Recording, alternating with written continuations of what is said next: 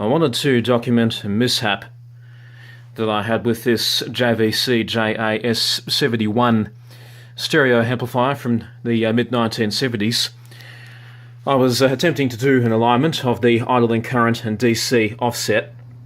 I finished aligning the DC offset, which is fair enough, with my negative lead clamped onto ground and the positive lead going to the positive wire of the speaker terminals. And then I made a very similar mistake. I switched across to amps on the multimeter. This is another multimeter.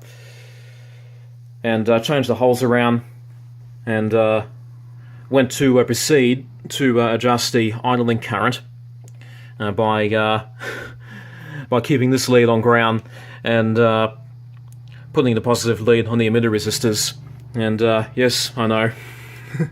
Before you shame me, I was having a bit of a memory lapse and wasn't thinking very clearly. And anyway, I noticed a slight spark, and I thought, hang on, that's not correct.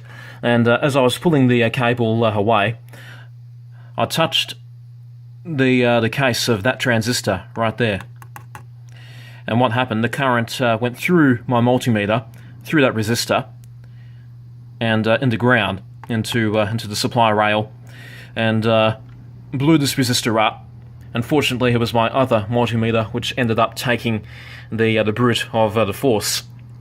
So that resistor blew up, the multimeter blew up, and the amplifier wouldn't come out of protection mode.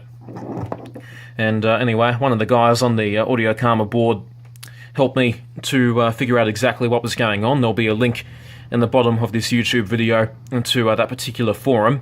And saved me quite a bit of mucking around, actually. I would have probably been testing all of these resistors before I found that it was just that one right there. But that's where guys like Pete, that have been doing electronics for many years, are such a massive help. So a lot of mucking around saved. And now, when we turn the amplifier on, let's listen to the relay. It will come out of protection. So here we go. I'm turning the power on now. Okay, that's come out of protection. And let's have a listen to the radio. This is radio 2ST in the Shoalhaven region of New South Wales, Australia. What are they playing?